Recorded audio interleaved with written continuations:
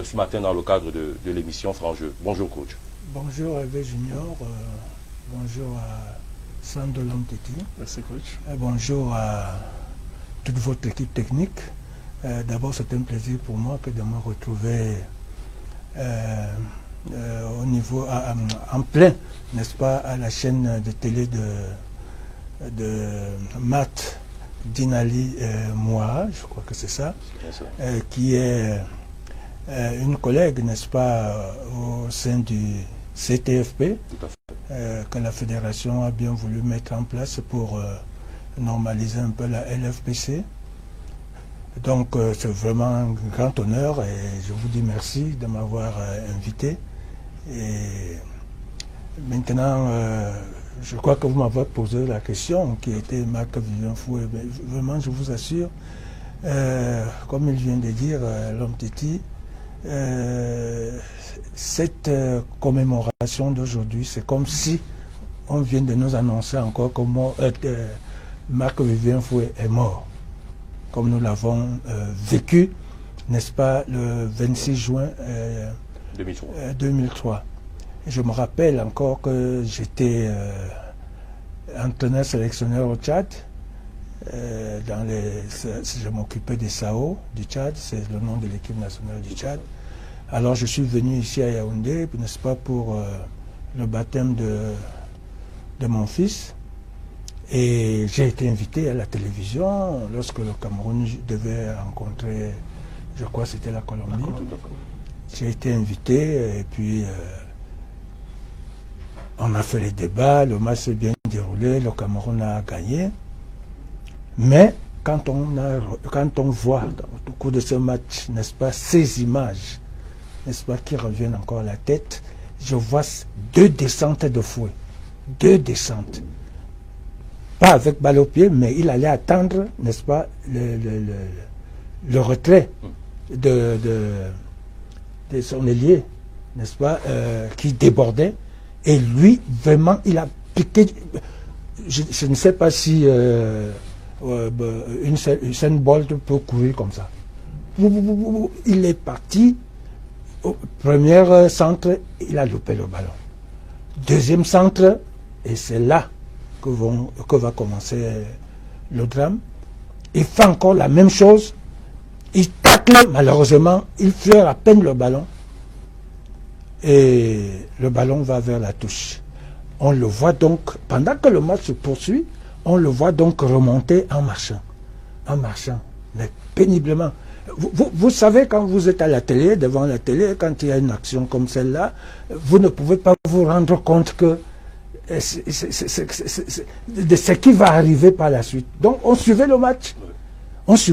Mais le caméraman, il y avait une caméra qui était toujours branchée sur le retour de Foué, qui marchait.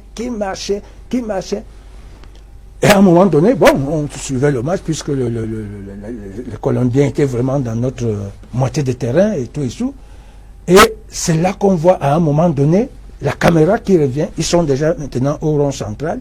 Et les joueurs colombiens qui font de la main, venez, ils tentaient de dire à l'arbitre qu'arrêtez le match. Ben, voilà, vous venez, on vient de montrer ça. Donc, venez. Voilà, là, mon Dieu, là, il était en train de mourir. Voilà. Alors, ce ne sont pas des images supportables, vraiment. Il était en train de, vous voyez la conviction de ses yeux. Vraiment, je vous assure que c'était comme si c'était hier. C'était hier. Alors, l'arbitre ne suivait pas, l'arbitre était concentré sur le match. Et pendant ce temps, n'est-ce pas, Foué était en train de partir. Quand l'arbitre, donc, arrête le match, et tout ça, notre médecin accourt, je vois encore les premières tapes, n'est-ce pas, qu'il a donné sur ses joues, rien à faire, et jusqu'à ce qu'on voit la convulsion des yeux comme il est là. C'est là que Jean Lambert s'était exclamé, l'exclamation restée aujourd'hui célèbre. Oh là là, quelle image! Effectivement, quand il le dit, Foué était en train de mourir. On va rester. Vous étiez en train de mourir. Non, c'est pour vous dire, je voulais le dire pour faire comprendre aux gens qui nous suivent ou à ceux qui n'ont pas vécu cette histoire-là complètement que on ne peut pas l'oublier. Vraiment, chaque 26 juin, n'est-ce pas, depuis la mort de Foué, c'est comme si on venait de vous annoncer que Foué est mort. Foué est mort, Foué est décédé. Et de cette manière-là, sur le terrain, vraiment, je vous assure, ça fait mal. Ça fait mal. Et là où on était à la télé, le match était fini. Je me souviens que j'avais eu à dire, comme on était qualifié pour la finale, j'avais eu à dire, j'espère que nous allons récupérer Foué le plus rapidement possible parce qu'il y avait la finale, c'était face à la France et tout, que j'espère que le malaise de Foué n'est pas dangereux. Bon, on va vite le récupérer parce qu'un joueur comme ça ne doit pas nous manquer dans l'entrejeu. Je me rappelle, j'avais dit ça comme ça, me disant que bon, il allait récupérer. Alors, quittant le studio, on va se rafraîchir quelque part là, toujours à l'intérieur de la télé. J'entends comment on appelle Linus Pascal Fouda bruyamment. Linus Pascal Fouda s'en va et puis on décroche le téléphone. Il suit. Et quand il raccroche bruyamment le téléphone, il m'appelle Manus. Comme je bavardais un peu avec quelqu'un, Manus. J'ai dit, qu'est-ce qu'il y a? Il dit, Foué est mort. Voilà la manière de l'annonce de la mort de Foué. De cette manière-là, je crois que j'avais une sucrerie que je buvais. Je ne sais pas quand est-ce que c'est tombé. Tous ceux qui sont fragiles, c'était comme dans une cour de deuil. Les pleurs à gauche, les pleurs à droite. Qu'est-ce que tu dis là? L'UNIS me mettait en pleurs. Nous tous en pleurs et tout. Non, c'est vous dire que c'était tellement traumatisant qu'on ne peut pas oublier. N'est-ce pas, une commémoration comme celle d'aujourd'hui, comme celle d'hier, d'avant-hier et tout ça depuis qu'il est mort. On ne peut pas l'oublier quand on évoque cette histoire-là. Ça revient tout fraîchement, n'est-ce pas, dans la tête, dans la mémoire. Et perdre un monsieur de ce football, non seulement footballeur, sur le plan sportif, il a été vraiment parmi les plus grands footballeurs du monde, un des plus grands milieux du terrain de ce monde, mais sur le plan humain, non. Je crois que, comme on a dit, c'était un peu, comme on dit souvent chez nous, c'est Dieu qui l'a envoyé et il était vraiment de passage. Dès qu'il a accompli ce qu'il a eu à accomplir, Dieu l'a rappelé. Vous allez nous aider à comprendre qui était Marc-Vivien Foué. Je rappelle que vous avez très bien connu. Mais je voulais également demander à Sando Lomtiti, évocation, souvenir. Vous êtes où ce 26 juin 2003 ? Ce 26 juin, je suis à la maison parce que, en fait, comme je vous le disais à l'entame de ce programme, j'avais été victime d'un accident. Et le coach m'a connu dans cette phase-là. J'étais avec 2 béquilles. Et là également, je venais de sortir du bloc, enfin de l'hôpital. Et je visionne le match en famille et je vis. Comme je vous l'ai dit, à l'époque, j'habitais le quartier Kounou. Je me suis oublié. Je n'ai pas pensé à ce que je vivais là. Je pensais à la famille.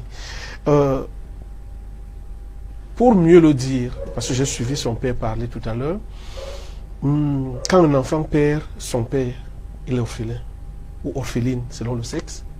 Quand quelqu'un perd son compagnon, il est veuf ou veuve selon le sexe. Quand un parent perd son enfant, il est quoi? Ça veut dire que le Créateur n'a pas pensé à ça. Et je vois Foué, je reste dans l'histoire de ma famille où j'ai vu mon père partir parce qu'il a perdu 3 de ses enfants. On l'a vu partir comme ça. Donc j'étais en tant que journaliste en ce moment-là au journal, au quotidien, Le Messager, sortant de l'hôpital, et j'ai vécu le match et je partageais un certain nombre d'éléments avec plusieurs personnes dans l'entourage de Marc-Vivien Foué. Quand je parle dans l'entourage, j'ai côtoyé le ministre Augustin Edjoa, qui a été l'un de ses parents. J'ai côtoyé la belle-mère de M. Foué. J'ai été avec le coach Jean-Baptiste Bissek, qui était très lié à Marc-Vivien du côté de Lens, mais également le coach André Guidjon-Lind, qui était en ce moment-là directeur administratif des équipes nationales. Je ne parle pas de coach Jean-Paul Akono, avec qui j'ai cheminé, qui a été l'un des accompagnateurs sur le plan technique et tactique de Marc-Vivien Foué. Donc je partageais avec lui, proche ou de manière lointaine, un certain nombre de confidences, un certain nombre de choses. En tant que journaliste, je l'avais côtoyé plus d'une fois. Je ne sais pas s'il accordait les interviews, mais je peux me dire qu'il se confessait. Parce que sa voix était réglée. Comme si c'était peut-être un ingénieur du son, sa voix ne montait pas un peu plus que celle des autres.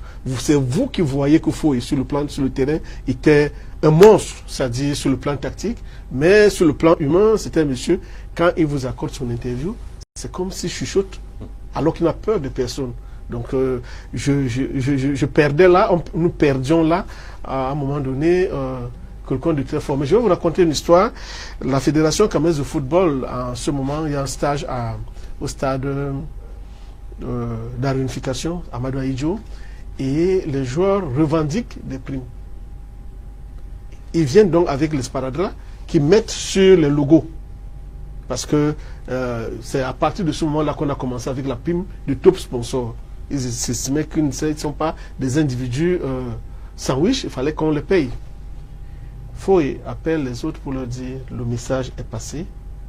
J'espère qu'ils vont rectifier l'outil. Tous ceux qui faisaient le bruit, tous ceux qui revendiquaient que c'est une revendication légitime, se sont tassés.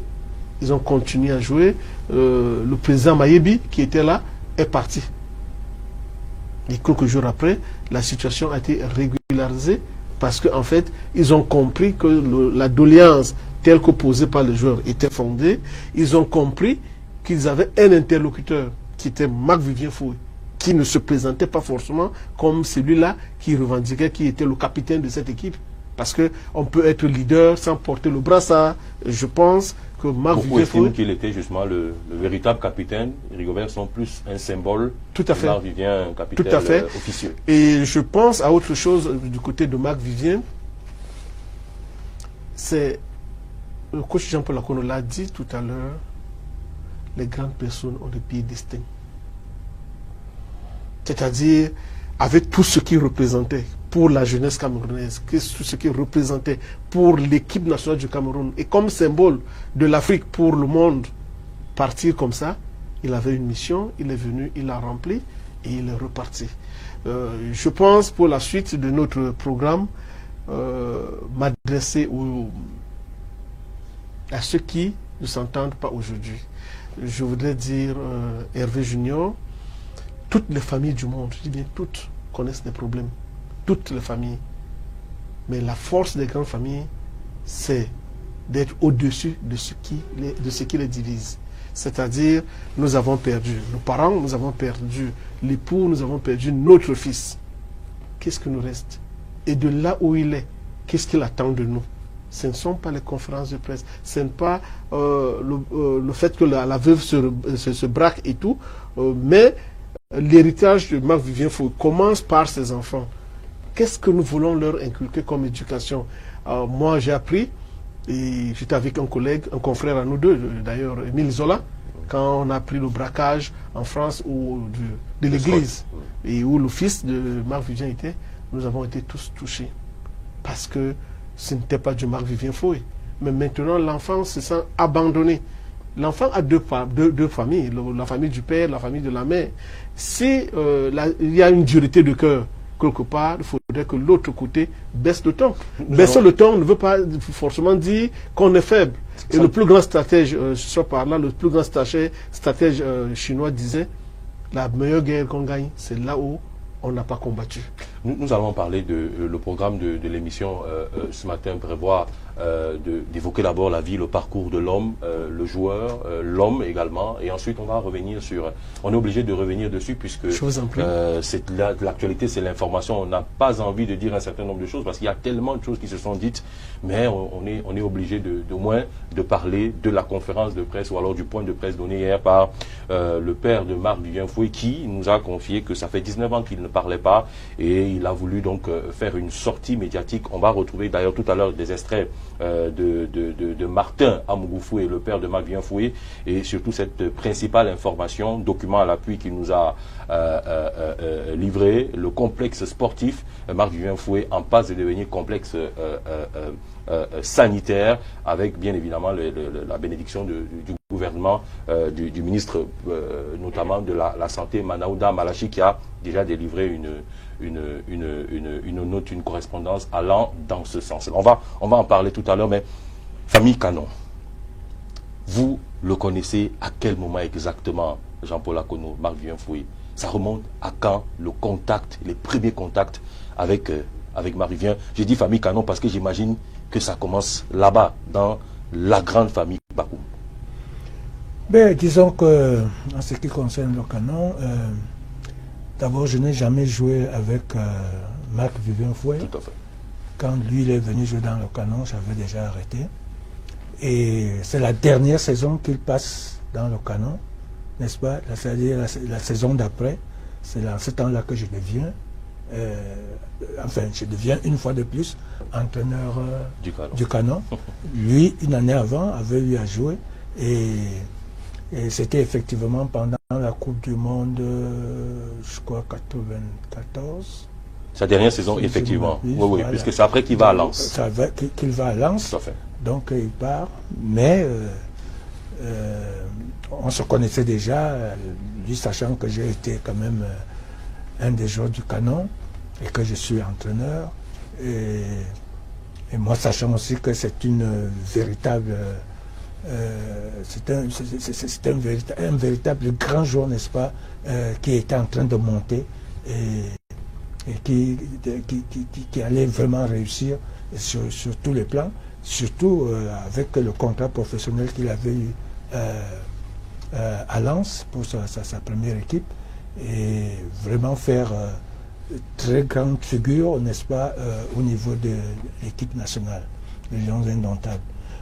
Sinon, quand je le voyais de loin, avant l'équipe nationale, avant que je ne l'aie de plus près au niveau de l'équipe nationale, vraiment, et des témoignages qu'on faisait de ces actes et tout, je pense que ça s'est confirmé d'ailleurs, dès que je l'ai eu comme sélectionneur en équipe nationale. J'ai vu, c'était vraiment quelqu'un, comme le disait l'homme Titi tout à l'heure, qui n'aimait pas trop de bruit. Là où vous allez voir que quand les joueurs de l'équipe nationale, par exemple, grévaient, n'est-ce pas, si on te dit que Foué parmi eux, ça tournait par ci, ça tournait par là, il était toujours assis derrière, il regardait, parfois il esquissait un sourire, machin, tout ça. Tout le monde parlait.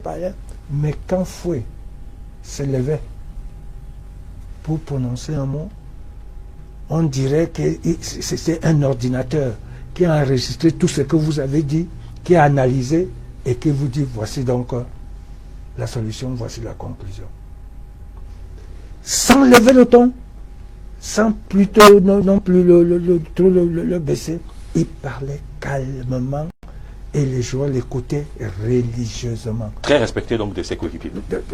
Si c'est ça, je n'allais pas seulement dire qu'il était vénéré, parce qu'il n'y a que Dieu qu'on venait. Donc vraiment très respecté de ses coéquipiers. Vous n'allez pas le voir discuter, non, c'est fini, non, il faut qu'on grève. Non. Il est là, il vous regarde.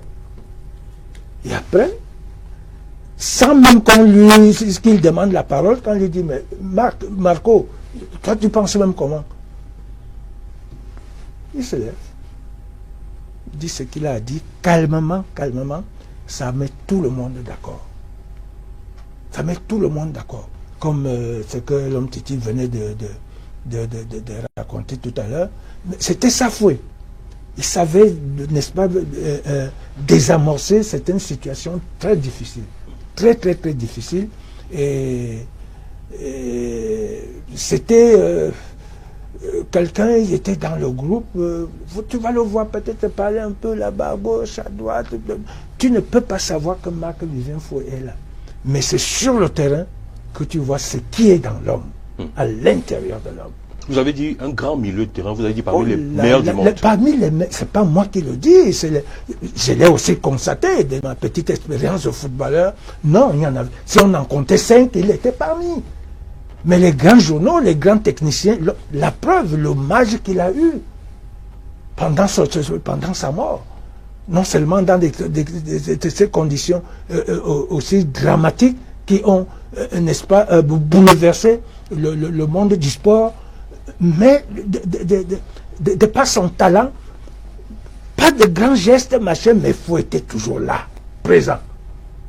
Il avait à lui tout seul, n'est-ce pas, que ce soit à Lyon où il a joué, à Lens où il a joué, à West Ham où il a joué, à Manchester City, tout ça, ainsi de suite. Vraiment, c'était lui.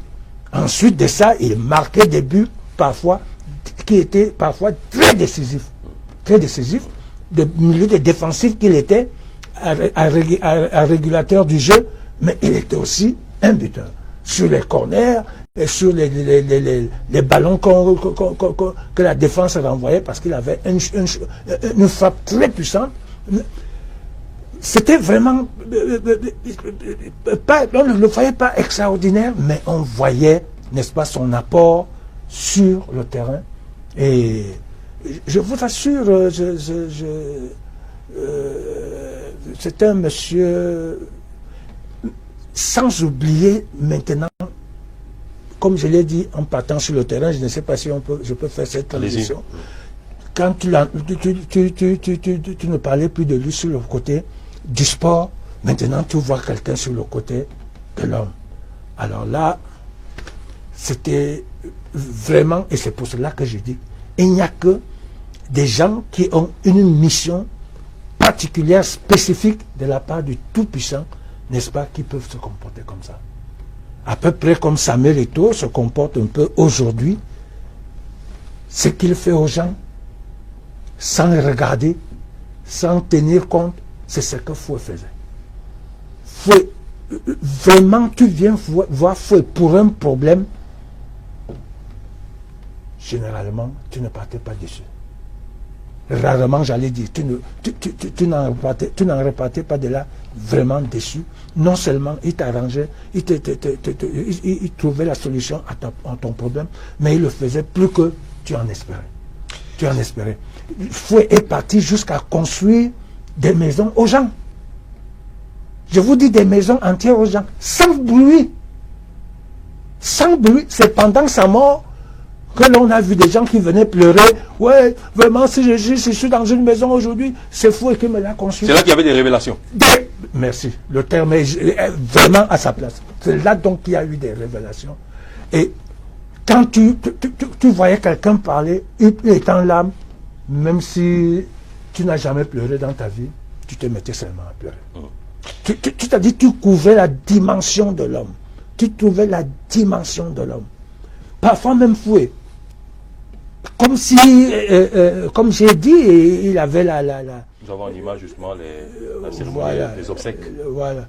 Obsèques officielles nationales. Quand vous voyez le chef de l'État, son Excellence Paul Biya, faire l'homélie, n'est-ce pas, de la mort de Foé. De Foé au palais de l'Unité. Non, et venir à la messe, rarement le président de la République le fait. Le fait. C'est vrai, parce qu'il y a eu des obsèques au palais et le chef de l'État est venu à la cathédrale. On a amené le corps au palais. Ouais. Il a prononcé donc, on appelle ça quoi, son éloge funèbre. Ouais. Hein, il l'a fait. Et ensuite, maintenant, à la cathédrale, pendant la messe, le chef de l'État en personne, accompagné de son épouse, n'est-ce pas, est venu. Et c'est vous dire la dimension, n'est-ce pas, de l'homme. Qui ne, sans bruit, sans rien à faire, mais l'homme jusqu'aujourd'hui, je veux dire, jusqu'aujourd'hui, normalement, on ne peut pas oublier la mort de Foué. Vous voyez, c'est difficile de vous le dire. Tout simplement que c'était un homme. Tu pouvais même dire que est-ce qu'il avait même des défauts? Est-ce qu'il avait même des défauts? Vraiment. Il était d'une largesse. C'est comme si ton problème était le sien. C'est comme si le problème, il vous disait, attends, j'arrive, ou bien s'il était là sur place, il mettait la main dans sa sacoche, et puis vous sortez votre argent, ce que vous lui avez demandé. Il a jusqu'à construire des maisons aux gens. Le complexe qui est querellé aujourd'hui, qui a été querellé, si vous savez seulement pourquoi Foué voulait faire ce complexe, ce n'était pas seulement pour les Camerounais. Même si ça faisait une très grande image et ça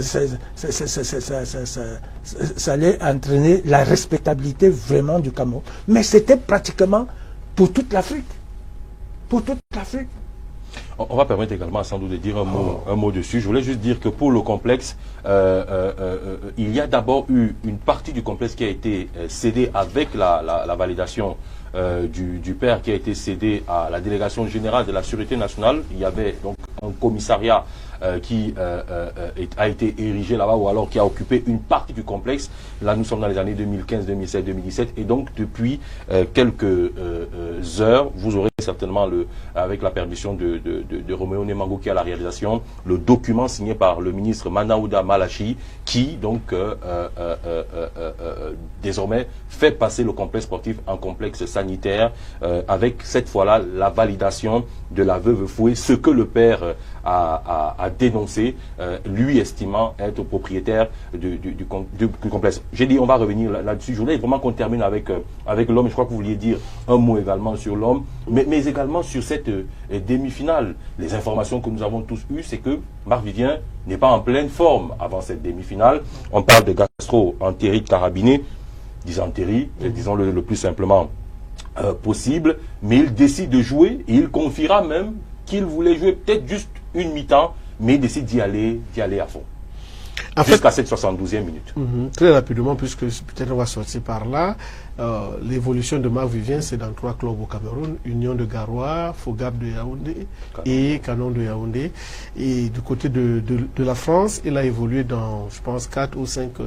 de l'Europe, il a évolué dans 5 clubs, c'est-à-dire Lens, Lyon, Manchester City, West Ham. Donc je pense qu'il a connu quand même une carrière assez relevée, avec beaucoup de bons souvenirs. 2 championnats de France, notamment à Lens et à Lyon. Tout à fait. Et l'ironie du sort, peut-être on ne l'a pas vu assez, c'est qu'il est venu mourir à domicile. Parce qu'il était fils de Lyon, ayant construit à Lyon, sa famille résidant à Lyon, et c'est là qu'il vient décéder. C'est là où le Seigneur décide de le prendre. Moi, j'ai dit, de grands hommes ont de pires destins que de symboles. Le coach Jean-Paul Akono évoquait tout à l'heure la présence du chef de l'État. Il a certainement oublié de signaler que c'est le chef de l'État qui décide également qu'il y ait une partie de la ville de Yaoundé qui portera éternellement son nom pour l'éternité. Donc je pense que ce sont des symboles. L'avenue Foué. Un nom qui conduit vers le stade de Amadou Ahidjo, lieu de théâtre où il a véritablement évolué, que ce soit avec les Lions, que ce soit avec Canon de Yaoundé. Maintenant, vous parlez de sa chute. Je voudrais dire, c'est une évocation qui ne nous amène pas forcément ou fatalement à parler ou accuser des gens. Mais je pense qu'une équipe comme le Barça, aujourd'hui, a contribué véritablement à relever l'aspect sanitaire dans le monde du sport. Et je pense qu'il y a, ce n'est pas une information exclusive que je donne ici, la FIFA s'est saisie du projet de FC Barcelone pour continuer à former les médecins de sport à travers le monde. Je pense les 2 premiers qui ont été formés, les 2 premiers Camerounais qui ont bénéficié, qui ont suivi cette formation, c'est le docteur Elias Matip, qui a été médecin fédéral au niveau de la Fédération camerounaise de volleyball. Il y a le docteur Tina, Bon, chez les kinés, le seul kiné qui a suivi cette formation avec succès, c'est Chinda. Je dis qu'il y a eu des légèretés au niveau du suivi des joueurs. Quand un joueur est mal en point, comme ça a été le cas avec Marc Vivien, avant le début de la rencontre, il était de bon ton de le mettre de côté que de l'aligner, malgré sa volonté de jouer. Ça, c'est la première des choses. La deuxième des choses, j'avoue ma faiblesse de ce côté parce que je ne suis pas médecin, mais il y a eu une arrivée tardive des secours. Peut-être, comme je le dis avec insistance, c'était le coup du destin. Est-ce que le sort aurait été autre si on avait suivi les mouvements? Nous intervenons aussi, peut-être on ne suit pas de manière linéaire ce qu'on dit. Le coach Jean-Paul Akono, qui a l'avantage d'être ancien joueur, d'abord, il est devenu entraîneur par la suite et consultant, a évoqué quelque chose qui peut-être nous a échappé, c'est les mouvements de Marc-Vivien Foé. Dans ce match-là, au cours de ce match, c'est ce qui m'amène à répondre à votre préoccupation. C'est-à-dire, il nous dit la vitesse avec laquelle il est parti, il est revenu et maintenant il a commencé à baisser de rythme, à tenir la hanche. Donc ça veut dire que le médecin fédéral, le médecin des Lions Indomptables, était la personne la plus indiquée en ce moment pour demander à l'entraîneur de le faire sortir. Parce qu'il n'allait plus produire le résultat qu'on attendait. Malheureusement, on a laissé l'irréparable est survenu et il tombe. On a passé combien de secondes avant que les premiers secours ne viennent. Avant que les premiers secours n'arrivent. Ouais. Donc je pense que cette légèreté, je dis bien que je n'accuse personne, je ne suis pas médecin, mais cette légèreté a contribué malheureusement à soutirer de nos yeux et définitivement Marc-Vivien Foé. Parce que c'était là, il fallait empêcher qu'on enlève, qu'il avale la langue. Et vous avez suivi l'exclamation du coach Jean-Paul Akono. Mais non, ces images sont insoutenables. Quand on le voit convulser, il était en train de partir. Et jusque-là, il n'y avait pas encore de secours. De secours. Tout à fait. On peut revoir les images. Il n'y a pas de secours quand il est en période vraiment de grande crise. Voilà. Et je pense même, vraiment sans vous couper, sans de l'objectif, on reconstitue les faits. Les premiers secours qui arrivent, c'est non seulement les joueurs colombiens qui donnent les premiers secours et les médecins colombiens qui viennent avant le staff médical camerounais. Tout à fait. Parmi les éléments qu'on doit retrouver en ce moment-là, je pense qu'il y a le défibrillateur cardiaque. Est-ce qu'on en avait? Est-ce que ça fait partie de nos habitudes sanitaires que quand on se déplace ou bien quand il y a une rencontre, qu'on mette ce genre d'appareil à côté de nous? Il y a lieu d'en douter. Donc je dis, Marc-Vivien Foé est mort, il avait un malaise. Est-ce qu'il était tenu de jouer? Non.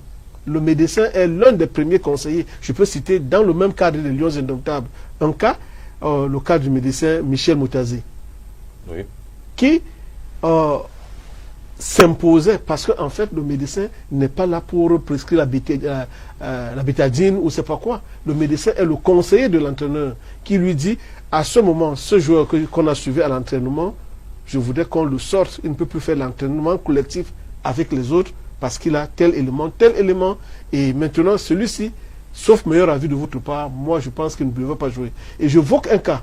Souvenons-nous de la Coupe du Monde de 2002 qui se passe Corée-Japon. Oui. La France a remporté la Coupe du Monde de 98. Tout le monde attend Zidane.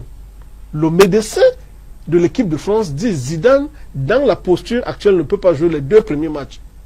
Le coach a insisté, le médecin a dit non, et comme ce n'est pas des nominations fantaisistes ou bien ce ne sont pas des présences familiales autour des sélections, le coach a suivi et Zidane n'a pas joué.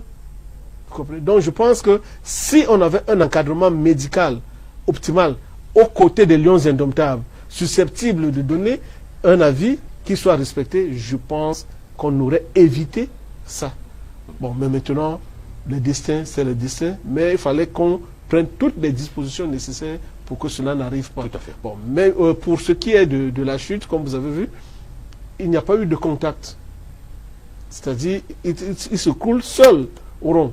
Ça veut dire, c'est la somme des efforts que le coach Jean-Paul Akono évoquait tout à l'heure et le malaise que vous avez bien fait de souligner Hervé Junior, pour nos téléspectateurs, tout cela combiné montrait que le joueur n'était pas prédisposé à prendre part à cette rencontre. Malheureusement, et maintenant le médecin qui était là, il est sorti globalement de la liste des médecins.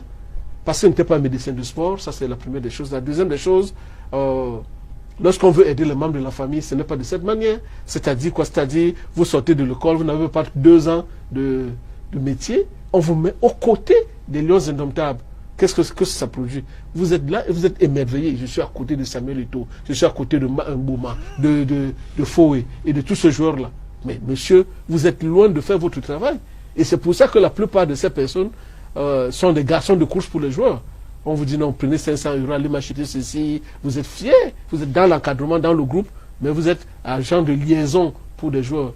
Si vous avez de la personnalité, il y a des actes que vous ne posez pas.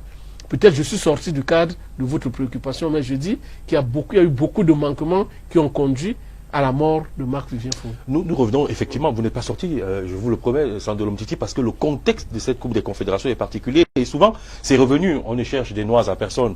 Ce jour, nous sommes 19 ans après, mais comme on a dit, nous reconstituons l'histoire. C'est bien que Jean-Paul Akonou, Marc-Vivien Foé, n'est peut-être pas en même de disputer cette rencontre-là. Et c'est le médecin. Le joueur, lui, veut toujours jouer. L'entraîneur, lui, veut ses meilleurs joueurs. Mais peut-être le médecin doit mettre plus de poigne à faire des décisions, à faire prendre des décisions aux sélectionneurs. Je pense que c'est comme ça que ça doit se passer. Oui, je crois que vous avez parfaitement raison. Et ce que Lomtiti a dit tout à l'heure, je crois que c'est comme ça que ça s'est un peu passé.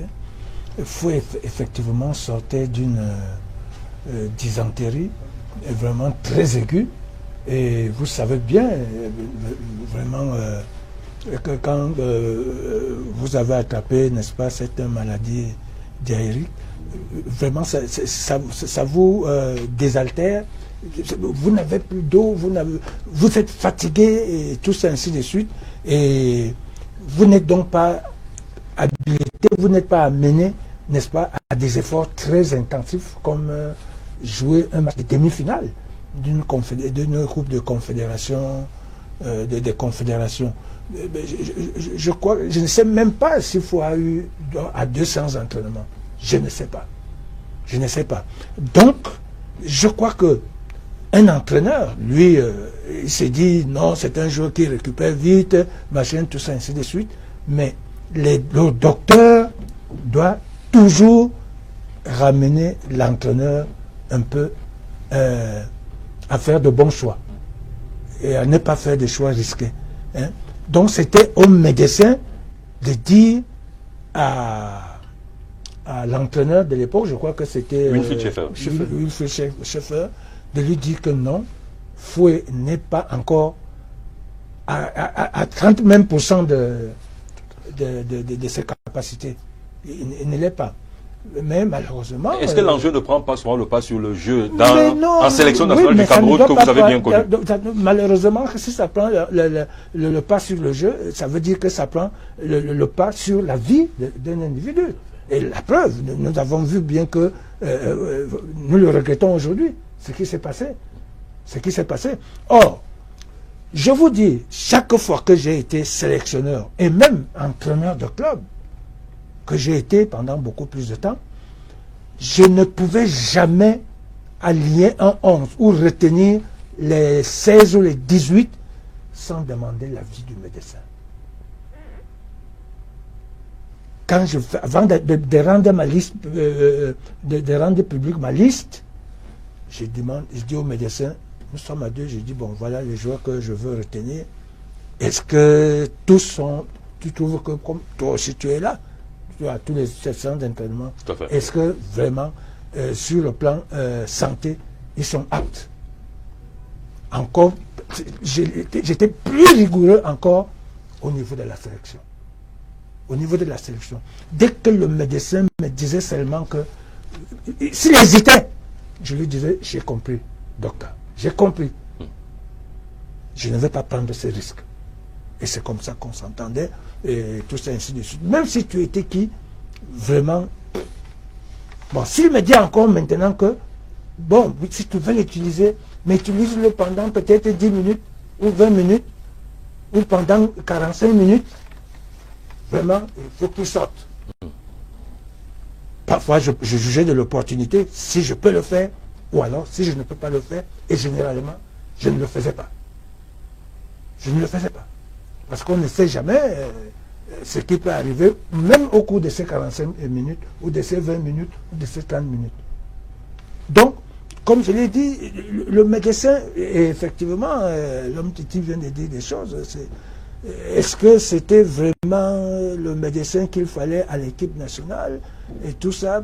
Bon, c'est pas la suite qu'on a su que non seulement il venait même de sortir, il était encore élève à l'école. Hein? Il lui restait, je crois, encore 2 ans ou 1 an. 1 an. Donc, vraiment, bon, c'est des choses, c'est arrivé. Maintenant, ceux qui ont géré ce genre de situation, vraiment, ça veut... Une chose est sûre, c'est qu'à partir de cette mort, on a commencé à étoffer l'encadrement médical, n'est-ce pas, de l'équipe des Lions Indomptables. Il y a même eu, à une époque, je crois qu'il y avait 3 ou 4 médecins, chargés des problèmes cardiaques, n'est-ce pas? On devait toujours... En fait, coach, sur ce plan, je pense que le président de la Fédération camerounaise de football qui a commencé un certain nombre de chantiers devra continuer sur ce plan. Si on regarde les grands staffs, que ce soit la France, l'Allemagne, l'Angleterre, l'Italie, on ne parle pas du médecin. On parle du staff qui médical, est coiffé par exactement, un médecin de sport. Exactement. Et le staff est constitué en principe de 18 spécialistes à peu près. Staff médical. Oui, 18 spécialistes. C'est-à-dire, il y a le cardiologue qui est là, il y a l'ORM, et tout ça. C'est quand tous ces médecins-là finissent de consulter l'athlète qu'on le remet entre les mains du médecin de sport. Exactement. Essayez de regarder ce qui se passe ailleurs. Maintenant, nous parlons dans notre pays des problèmes de budget. Mais on n'a qu'à réduire peut-être les primes, mais de mettre comment je peux dire ça, le nombre de personnes spécialisées en place. Hervé Junior, lorsque vous avez couvert, je passe sous le contrôle de l'entraîneur, Magnusson, comme nous l'appelons affectueusement, me permettra de le faire ici. Je rappelle que Magnusson, c'était un ancien joueur suédois. Parce que peut-être beaucoup de Camerounais entendent souvent parler de Magnusson. Il faut bien préciser aux téléspectateurs, aux plus jeunes, que Magnusson était un ancien joueur suédois des années... C'est une autre anecdote, parce que si je vous raconte ça... Mais nous sommes là pour ça aussi. C'est une émission spéciale, c'est une édition souvenir, c'est une édition évocation. Qu'est-ce que je voulais dire là? Magnusson va revenir, ça c'est... Il ne peut pas sortir d'ici sans nous éclairer là-dessus. Mais ce que je veux dire, c'est que si on vous met aux côtés d'une sélection nationale, il y a 2 postes que vous devez fuir. Le poste de kiné et le poste de kit manager. Parce que vous voyez seulement les équipements qui arrivent, oui. Mais quel est le travail qui est fait? Ça veut dire que le monsieur doit tenir compte de la météo pour savoir qu'il y a tel type de crampons, tel type de chaussures que le joueur doit avoir, et avoir le kit complet et tout. Les habits, ils ont fini les entraînements. Rapidement, il faut que cela soit lavé et tout. Refaire les packages. Ce n'est pas du tout facile. Je ne peux pas entrer dans les autres détails de ce métier. Par contre, comment vous pouvez imaginer qu'une sélection nationale ne puisse avoir que 3 ou 4 kinés? Lorsqu'un kiné a fini de masser les 2 premiers joueurs, ça veut dire qu'il y a un souci de puissance.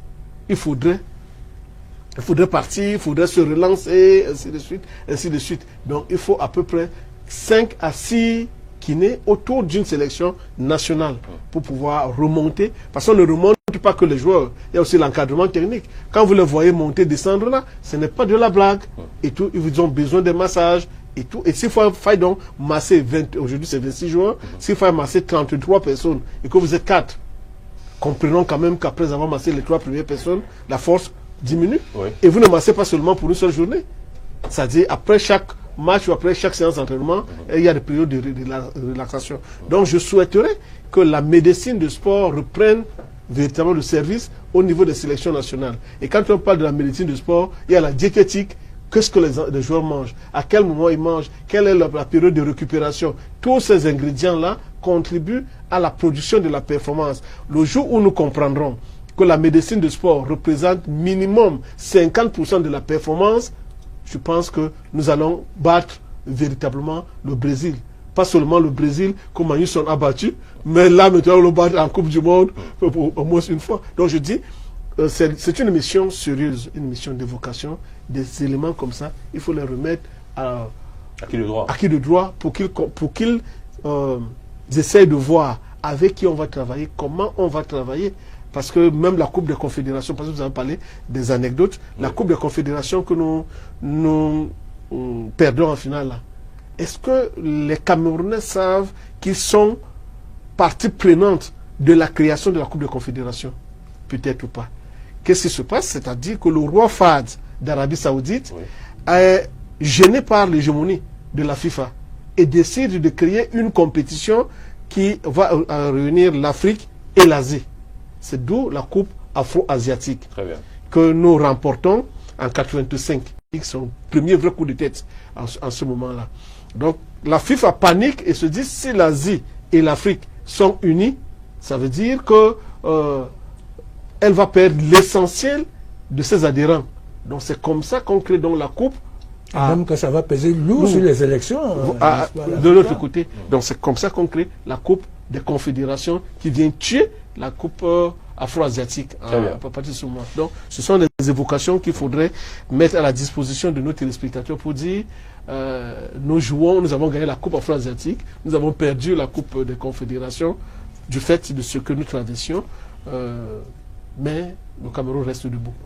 Je voulais juste dire qu'il y a beaucoup de personnes qui sont en train d'envoyer des SMS. Vous pouvez et continuer de le faire. L'émission est interactive, émission spéciale, donc évocation, hommage à Marc-Vivien Foué. Je voulais ajouter Hervé Junior sur ce que vous avez évoqué tout à l'heure là concernant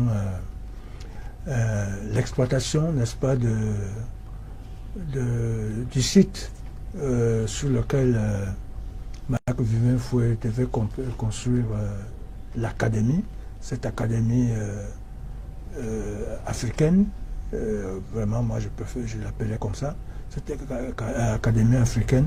Et je crois que si ce que vous venez d'annoncer aux téléspectateurs de la LTM savait exact, je crois que là on serait en train de tuer Foué pour la seconde fois. Vraiment de le tuer pour la seconde fois. Nous avons justement le document à l'écran, permettez que je le lise pour les téléspectateurs. Le document à l'écran qui donc dit ceci: il est autorisé à compter de la date de signature de la présente décision la création et l'ouverture des cycles de formation des aides-soignants généralistes, des infirmiers diplômés d'État, des sages-femmes, des techniciens, des kinésithérapies, des psychomotricités et relaxations, spécialité option gérontologie, par Madame Marie-Louise Foué, fondatrice du complexe de formation des sciences de santé Marc-Vivien Foué à Biten-Komo. Article 2, le gouvernement se réserve le droit d'inspecter l'environnement académique et social de l'établissement à tout moment pour s'assurer que la fondatrice respecte les dispositions prévues par la réglementation en vigueur. Article 3, la présente décision sera enregistrée, publiée et communiquée partout où besoin sera, signé donc du ministre de la Santé publique, Dr Manaouda Malachi. C'est donc ce décret portant création et ouverture du complexe de formation des sciences de santé Marc-Vivien Foué. Et juste préciser que les travaux ont bel et bien démarré. Le complexe sportif donc est en train d'être muté en complexe de formation des sciences de santé Marc-Vivien Foué. Et justement, le père de Marc-Vivien a fait une communication là-dessus. Je propose que nous allions encore l'écouter avec la permission de la réalisation, que nous prenions l'extrait numéro 1 du papa de Marc-Vivien Foué, et qui revient donc sur le complexe et qui revient sur beaucoup d'actes qu'il estime lui être des actes falsifiés. Est-ce qu'on peut reprendre l'extrait numéro 4 et l'extrait numéro 1, Roméo Nemangou, pour la gouverne de nos téléspectateurs et de nos invités en plateau? Voilà les actes. ça sort de l'ambassade du Cameroun à Paris. C'est ça là.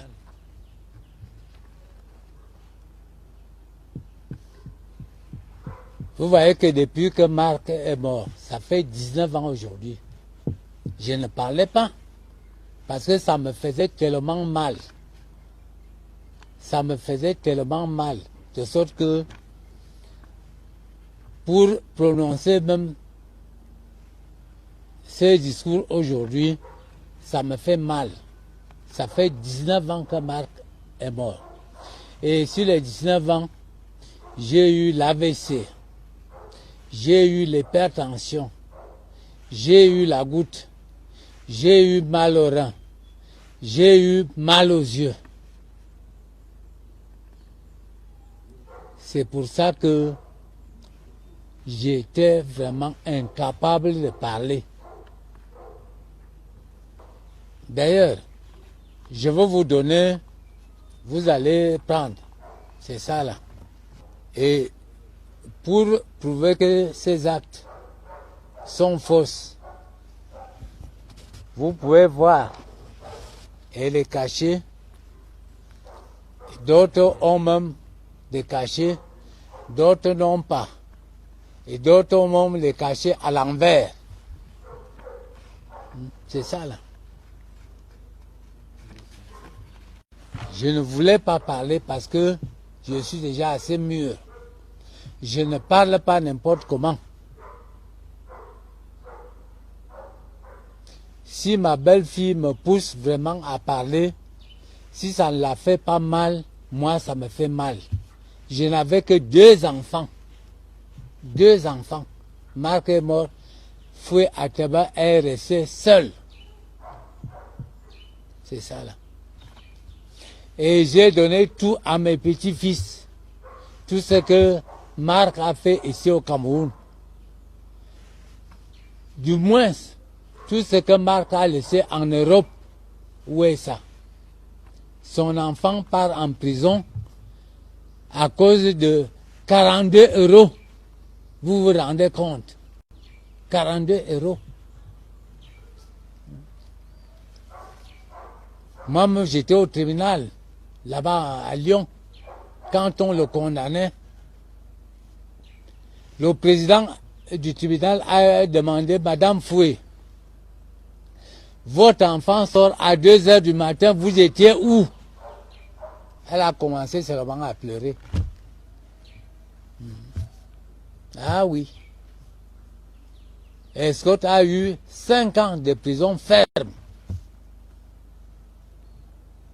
En dehors de ça même, on l'a enlevé carrément à Lyon. Et l'a envoyé très loin, après Paris, à plus de 150 km. Et si vous étiez comme moi,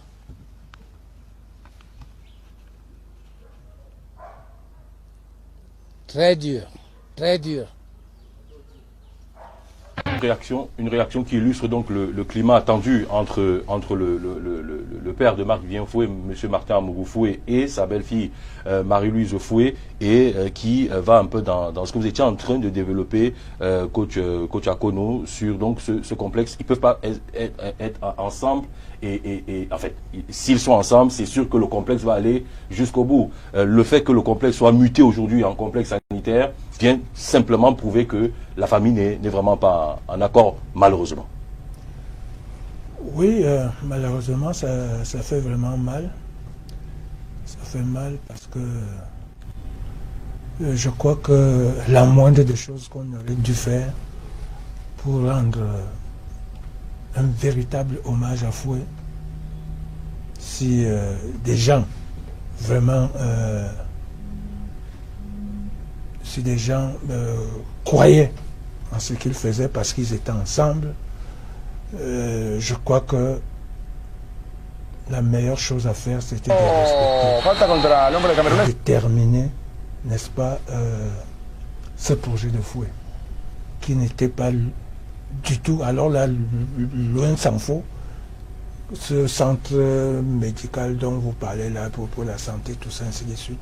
Et Foué voulait faire comme nous l'avons dit tout à l'heure, il voulait construire une académie, n'est-ce pas, de sport. De sport, pas seulement même du football, hein, du sport. Et même si l'activité principale allait être le football au niveau de la formation, je crois que c'est ça qu'il voulait faire, et les travaux avaient déjà même commencé, puisque je ne sais pas si ça existe encore, il avait déjà presque construit. C'est ce que tu es en train de voir à l'écran. Voilà. Il avait déjà presque construit cette histoire-là. En fait, c'est là qu'il est enterré. Hein. Son mausolée n'est pas loin du complexe. Donc aujourd'hui, si je parle de tuer Foué pour une seconde fois, vraiment, et ça m'ennuie, je suis désolé que ce soit celle avec qui il a partagé sa vie, donc il connaissait bien ce projet, parce que Foué ne l'a pas inventé, il a dû parler de ça avec elle.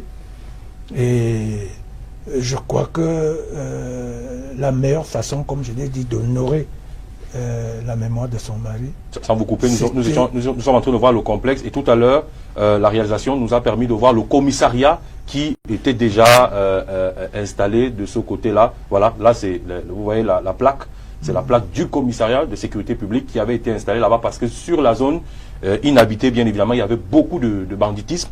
Donc cette partie avait été donc donnée à la délégation générale de la Sûreté nationale pour un commissariat, mais désormais, je crois que tous vont devoir déménager, puisque le ministère de la Santé publique, sur volonté de Madame Marie-Louise Foué, est en train de vouloir récupérer pour la...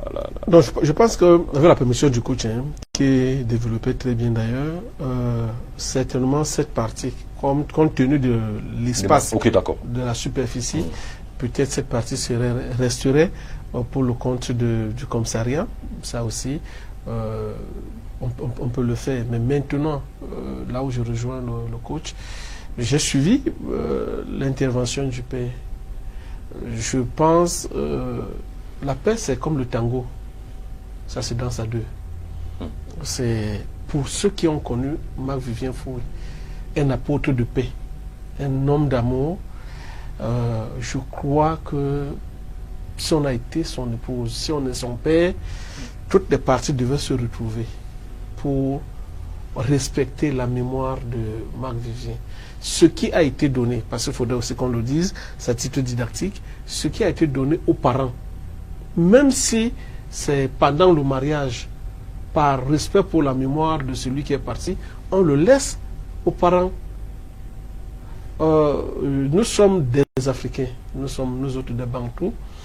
Le fait de vouloir peut-être, même si on a raison, même si, je dis bien, on a raison de vouloir forcément apprendre ceci, alors qu'on a une grande partie, vous n'exposez pas la mémoire de celui qui est parti, mais vous exposez la vie de vos enfants.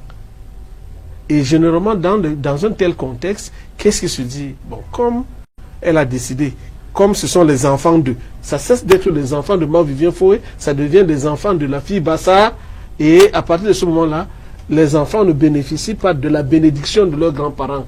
Donc je souhaite, pour ce qui est de moi, que les uns et les autres arrivent dans un cadre de paix, d'un cadre d'entente, parce que quelle que soit la tournure, 19 ans, rien n'a été fait dans le cadre, dans le cadre de la matérialisation de la volonté de Marc-Vivien Foué, pour faire de cet endroit un Clairefontaine à la camerounaise.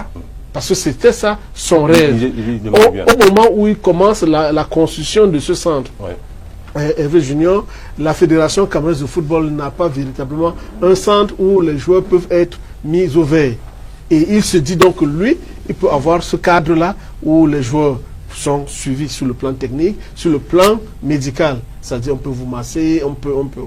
Donc je pense que c'était ça, le rêve de Marc-Vivien Foué, qui n'était pas un rêve personnel, mais qui était un rêve pour la postérité et le bonheur de ses coéquipiers. Je voudrais avoir un autre intervenant dans cette émission. Mesdames, Messieurs, nous avons voulu avoir un avocat dans cette émission pour nous aider aussi à comprendre cette querelle nous sommes obligés aussi d'en parler parce que c'est l'actualité des Foué aujourd'hui, cette querelle successorale entre donc le père et l'épouse de Marc-Vivien Foué. Et tout à l'heure, nous avons vu les images, sur les images, les documents brandis par le père qui étaient des documents de l'acte de mariage entre Marc-Vivien et Marius Foué, acte de mariage scellé sous le régime bien séparé. Maître Alain Guigny, je ne sais pas si vous êtes en direct avec nous, si vous nous entendez. Bonjour.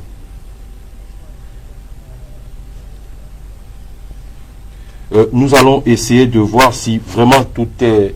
Maître, vous nous entendez là? Oui, moi je vous entends bien. Merci beaucoup, Maître. Nous sommes en direct donc avec vous. Je rappelle que vous répondez à nos questions depuis Douala. Déjà pour le commun des Camerounais, qu'est-ce que c'est qu'un mariage à régime bien séparé? Qu'est-ce que cela signifie exactement? Ça veut dire que les biens, chacun a ses biens propres. Ça veut dire qu'il n'y a rien en commun, pour être simpliste. Ce qui veut dire que les biens de Marc-Vivien Foué sont les biens de Marc-Vivien Foué, les biens de sa femme sont les biens de sa femme. C'est-à-dire qu'ils n'ont rien en commun.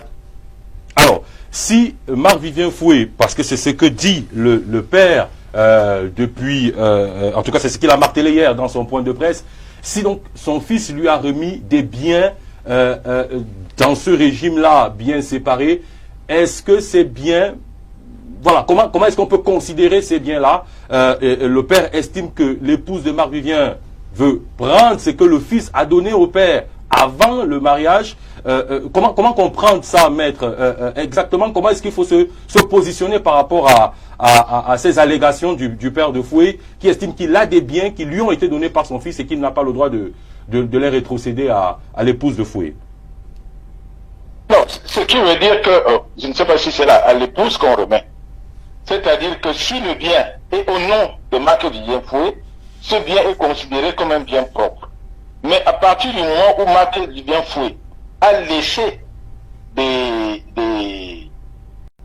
descendants, je crois qu'ils ont eu 3 enfants, si je ne me trompe. 3 enfants dans le mariage, et on a appris hier qu'il avait également fait un enfant avant le mariage, une fille qui est d'ailleurs à Douala.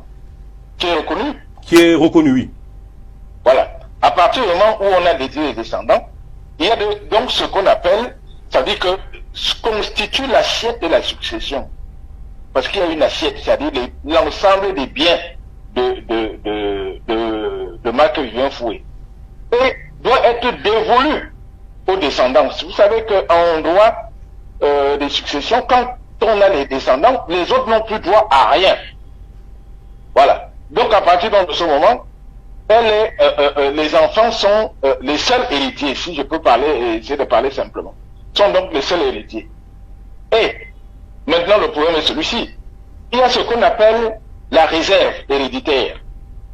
C'est-à-dire que c'est l'ensemble des biens d'une personne dont une personne ne peut pas disposer par donation à d'autres personnes. Ce qui veut dire quoi? Ce qui veut dire que, comme Marc-Vivien Foué a 4 enfants, en principe, cette partie qui est la réserve revient aux 3/4 de l'assiette de la succession. C'est-à-dire que les 3/4, en fait l'ensemble des biens qui constituent les biens propres de Marc-Vivien Foué, et on vérifie effectivement si ce qui a été donné, si c'est une seule maison, je suppose, si c'est un seul bien, si ce bien-là représente les 1/4, ça veut dire que la partie qui peut être donnée par Marc-Vivien Foué de son vivant. Voilà à peu près ce qu'on appelle la réserve héréditaire. Ok. Mais pour bien vous comprendre, et j'imagine les téléspectateurs également, on va essayer de récapituler. Alors, Marie-Luce Foué, dans le mariage bien séparé, mariage matrimonial bien séparé, ne peut donc pas hériter de Marc-Vivien Foué, ce sont les enfants, les 4 enfants. C'est bien ça? Oui, à partir du moment, c'est la volonté des concordants. Ça veut dire qu'il faut reconnaître que un mariage est un contrat. Donc vous manifestez la volonté de ne pas mettre bien en commun. Donc ce qui me revient à moi me revient à moi, et ce qui revient à l'autre revient à l'autre. À partir du moment où les biens sont au nom de Marc-Vivien Foué, ça veut dire que ces biens-là sont les biens propres de Marc-Vivien Foué et le conjoint survivant n'a droit à rien. C'est très clair. Le conjoint survivant n'a droit à rien. Et en attendant donc que les enfants, parce qu'on s'est dit Marc décède pendant que les enfants sont mineurs, est-ce que l'épouse à ce moment-là peut gérer les biens du mari jusqu'à la majorité des enfants? Bien sûr, ça veut dire qu'il faut que ce soit une décision de justice qui lui donne cette capacité. C'est vrai qu'elle a l'autorité parentale, mais une décision de justice peut effectivement dire que la succession peut avoir pour administrateur un oncle, un père, un oncle. C'est une décision de justice qui doit pouvoir le préciser. Qu'est-ce qu'on fait donc? Vous avez parlé tout à l'heure de réserve héréditaire. Je voulais que vous nous expliquiez encore bien qu'est-ce qu'on fait des biens qui ont été donnés par Marc à son papa. Est-ce que les enfants peuvent, eux qui sont des héritiers, demander à reprendre ces biens-là? Écoutez, ce n'est pas parce qu'on a donné des biens, je vous ai dit qu'il y a une quotité qui est permise. Hein? Oui. Ça veut dire qu'il y a une part de la réserve. Je vous ai dit que si on avait 3 enfants, les 3/4 des biens qui constituent l'assiette ne peuvent pas être donnés. Je ne sais pas si je me fais comprendre. C'est les 3/4. Ça veut dire que vous pouvez disposer d'un quart des biens quand vous avez un peu plus de 3 enfants. C'est ça. Ce qui veut dire qu'on fait l'ensemble, on fait le récapitule de l'ensemble de l'assiette de la succession. C'est-à-dire l'ensemble des biens de la succession. Et on vérifie si ce qui a été donné correspond à un quart. C'est-à-dire ce qui peut être donné ou pas. Donc maintenant, il faut juste se rassurer et essayer de savoir si ce qui a été donné par Marc à ses parents, voilà, est dans n'attaque pas la réserve qui, elle, doit revenir au successeur naturel. Voilà. Effectivement, c'est ça. Et pour connaître ça, il faut juste discuter avec les enfants ou bien il faut avoir une vue globale des biens de Marc Vivien. Comment on fait pour connaître la quotité et la réserve? Ça veut dire que la seule instance réellement compétente pour le faire, ça devrait être le juge. Ça veut dire que s'il y a contestation, ça devrait être le juge qui devrait pouvoir vérifier effectivement l'ensemble des biens, regarder l'ensemble des biens qui ont fait l'objet de donation, et puis regarder, faire un calcul arithmétique et voir si ça correspond à la réserve, si les descendants ont été foués ou pas. Enfin, foués, de manière de parler. Tout à fait. Bien capable de Marc Vivien foué. Mais si ça a été donné de manière illégale, si ça a été donné de manière illégale, vous demandez à ce que le juge corrige. C'est tout. On va sortir peut-être par là, Maître Alain Guigny. Comment est-ce qu'il faut comprendre la bataille à laquelle nous assistons depuis quelque temps donc, par médias interposés? Hier, le père de Marc Vivien, il a quasiment mis les 2 pieds dans le plat avec donc ces immeubles qui sont à lui et qu'il n'a pas le droit de remettre parce qu'ils lui ont été donnés par son fils. L'épouse de Marc Vivien qui a procédé il y a quelques années, je crois 2 ans exactement, à l'expulsion des locataires du célèbre immeuble de Marc Vivien à Elixono, l'immeuble qui appartiendrait au père de Marc Vivien Foué. Comment comprendre cette bataille-là aujourd'hui et même l'histoire désormais du complexe qui, d'après le père, d'après les documents qu'il nous a montrés, est à son nom, mais que Marie-Louise a décidé de concéder au gouvernement camerounais, au ministère de la Santé, qui veut y faire un complexe sanitaire. Comment comprendre cette bataille de succession aujourd'hui autour des biens de Marc Vivien? Excusez-moi, si le complexe est au nom de qui? Quand vous dites dans son nom, au nom du père ou au nom de Foué? Au nom du père, d'après les documents remis. Vous ne pouvez pas donner ce qui ne vous appartient pas. Même si ça nous appartient, si effectivement, il faut, vous savez, le problème c'est de montrer, pas blanche, c'est de montrer effectivement que, parce que le droit est très clair, hein. Tout à fait. Vous prétendez avoir droit sur un terrain, le droit est très clair, la propriété sur un terrain se trouve par un titre foncier, en votre nom. Donc si le titre foncier au nom du père de Marc Vivien Foué, alors Marie-Louise. Marie-Louise Foué ne peut pas en disposer, ne peut pas donner ce qui ne lui appartient pas. Et encore, même si il n'était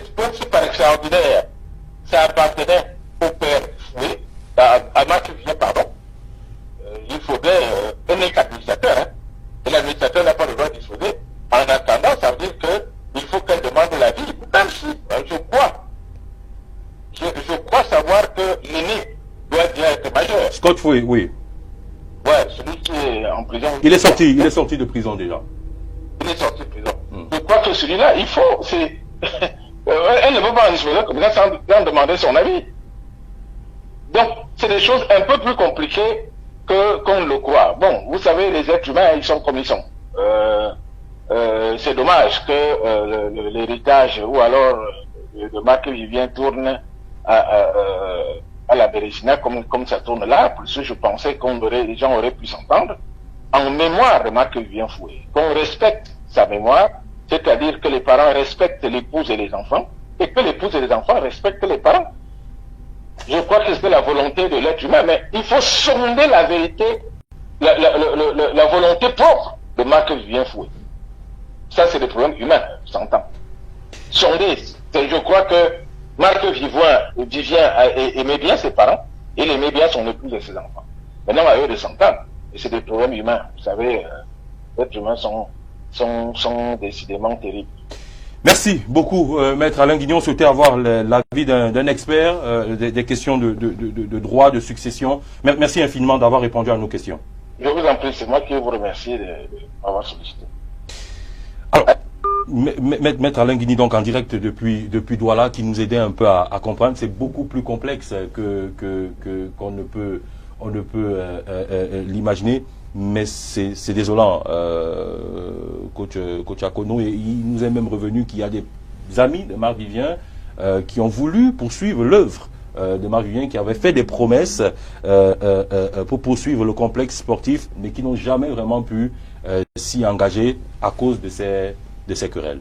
Non seulement il y avait des amis, des partenaires qui étaient prêts effectivement à venir parachever ce projet, mais il y avait même le gouvernement qui s'y était engagé par la voix du président de la République, qu'il avait eu à dire que ce projet, n'est-ce pas, sera continué, ça va se continuer avec l'aide avec l'apport du gouvernement et tout, et je pense que si ses partenaires et le gouvernement n'ont pu, n'est-ce pas, n'ont pu le faire, c'est justement à cause de cette bataille qui me semble être beaucoup plus juridique. Peut-être que les uns et les autres n'appréhendent pas comme il faut. Donc, mais je le redis, vraiment, ne pas respecter la mémoire de Foué pour ce qu'il voulait faire, je pense que c'est le tue encore pour la seconde fois.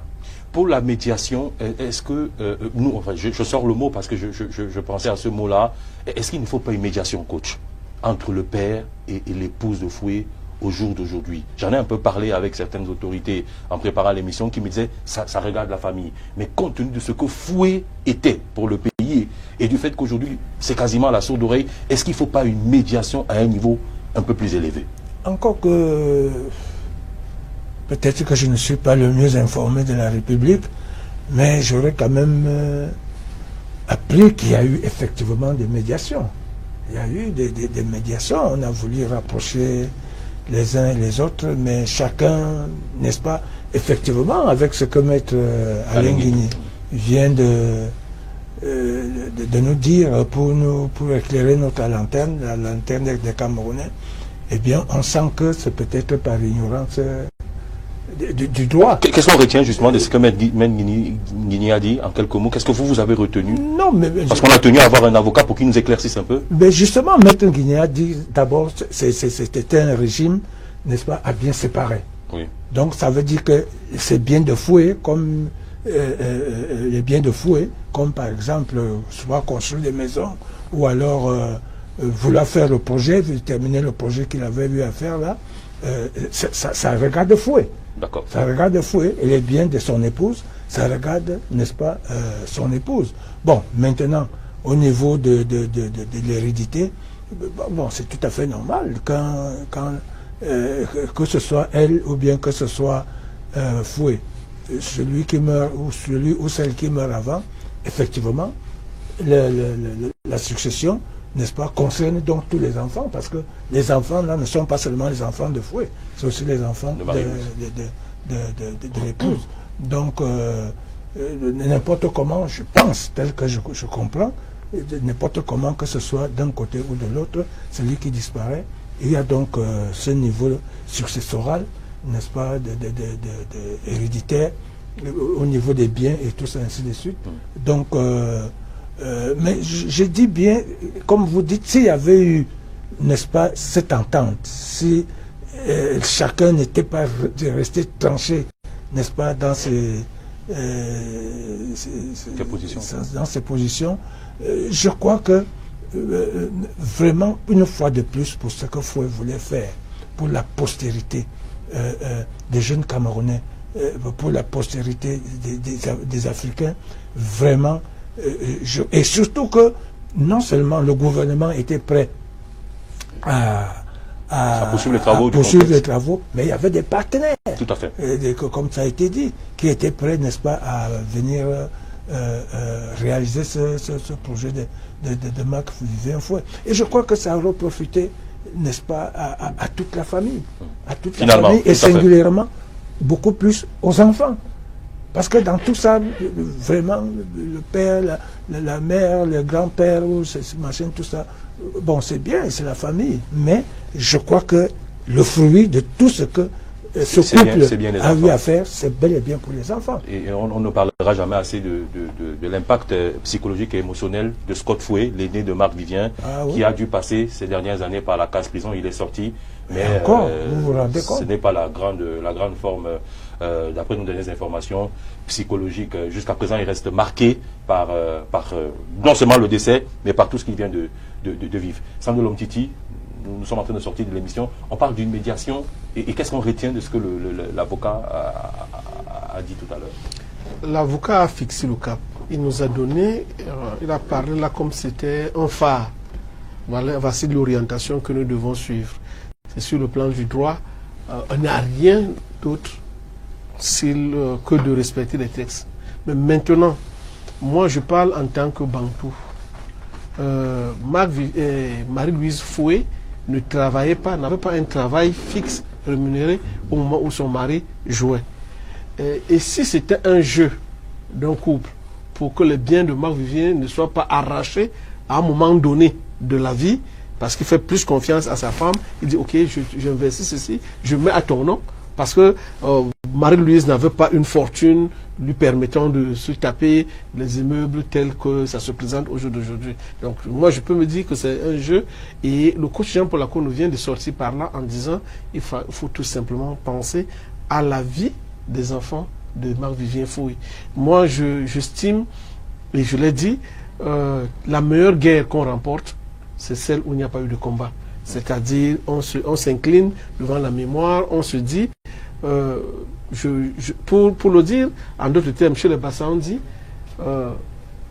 si vous êtes un grand agriculteur, si vous prétendez être un grand agriculteur et que l'éléphant ne s'est pas servi dans votre champ, c'est que vous n'êtes pas un grand agriculteur. Donc apprenez à perdre à un moment donné de la vie. J'ai raison, je m'incline pour l'image de mon mari, pour l'image de mon fils, pour l'avenir de mes enfants. Je continue à dire que s'il y a quelque chose que le fils a laissé pour son père, je ne dis même pas pour son géniteur, je dis pour son père, que Marie-Louise laisse ce côté-là, qu'elle se concentre sur l'essentiel. Les malédictions qui partent des cœurs des grands-parents peuvent être très très fortes, et que peut-être c'est ça qui suit Scott de l'autre côté. Ne croyons pas que le monde, oui, nous sommes chrétiens, nous sommes ceci, mais nous appartenons à une communauté. Notre anthropologie nous parle, notre vie sociale nous parle. Qu'est-ce que nous voulons? Qu'est-ce que nous voulons de nos enfants? Je vous ai donné l'image de la mère de Marc Vivien, où qui voyait son enfant partir. Aucun parent ne peut accepter, sauf ceux qui sont dans la sorcellerie, vous laissez partir leurs enfants de cette manière. Donc, pour sortir définitivement, c'est dans le cœur des gens que naît la guerre, et c'est dans le cœur des gens qu'il y a la paix. qu'ils pensent à la vie des enfants, qu'ils pensent à la mémoire de Marc Vivien et qu'ils se rendent compte que définitivement, ils ont tout perdu. Ils ont perdu 19 ans. Ce centre on aurait récupéré l'argent injecté.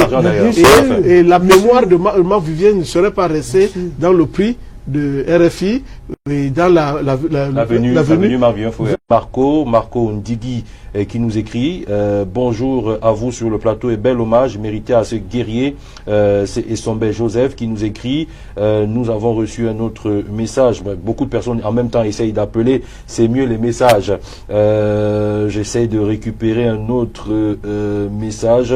Bonjour, merci pour les éclairages, coach Jean-Paul Akono.